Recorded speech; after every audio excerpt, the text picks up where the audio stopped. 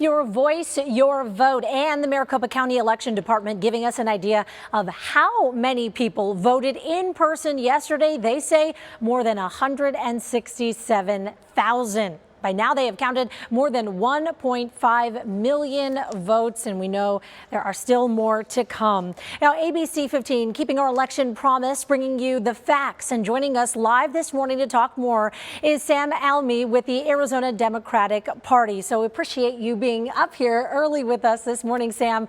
I want to get right into it. Some longtime Arizonans may be still trying to figure out what happened yesterday. I'm curious, any insight into, was it the early voting? Was it a specific age group or specific demographic? Maybe the suburbs? I mean, what happened here in Arizona?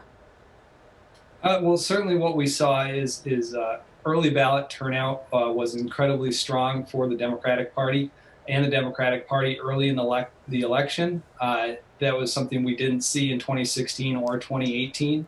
And we certainly saw that in the initial results at 8 o'clock last night. Yeah, so you do data analytics. Is there anything this morning that sticks out to you or maybe surprised you about everything, all the results that we saw? I think certainly that, calling the U.S. Senate race was a little bit of a surprise. I thought that might take a day or two, but just the overall voter enthusiasm on the Democratic side for both the president and Senate was up there. There's a number of legislative races that have a little ways to go, and then also Congressional District 6 is also a very tight race. Yeah, I mean, you talk about that voter enthusiasm. Can you even recall the last time you felt anything like this? I mean, so much participation. No, certainly it's an engaged electorate, especially on the Democratic side. This is the first time that they have had a lead in ballots this late in the election. Certainly the Republicans took over that advantage, I think, just yesterday with early returns, and certainly at the polls this yesterday.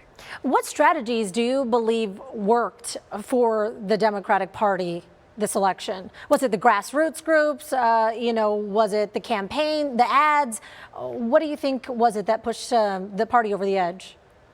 Well, it's been happening for a while in the Democratic Party. We've been pushing voting by mail for at least a decade now. That's how I got my start in politics, is signing up people for the early vote list. We've had a lot of demographic changes, especially in Maricopa County. I think there's 400,000 new voters since the last presidential election, and we've made voting more accessible using vote centers, and that really just helped drive turnout on our side. Okay, so in 2 years, Sam, there's a Senate race and a gubernatorial election. How is the party going to keep the momentum going? I mean, we've got a good bench of candidates set up in 2016, 2018. Certainly Mark Kelly is poised to win again with his strong showing tonight. Yesterday, I guess. Yeah, they're all bleeding together, right? Yeah. It's been a long night for sure, and more long days ahead of us. Sam Almy, thanks for being with us this morning. We really appreciate it.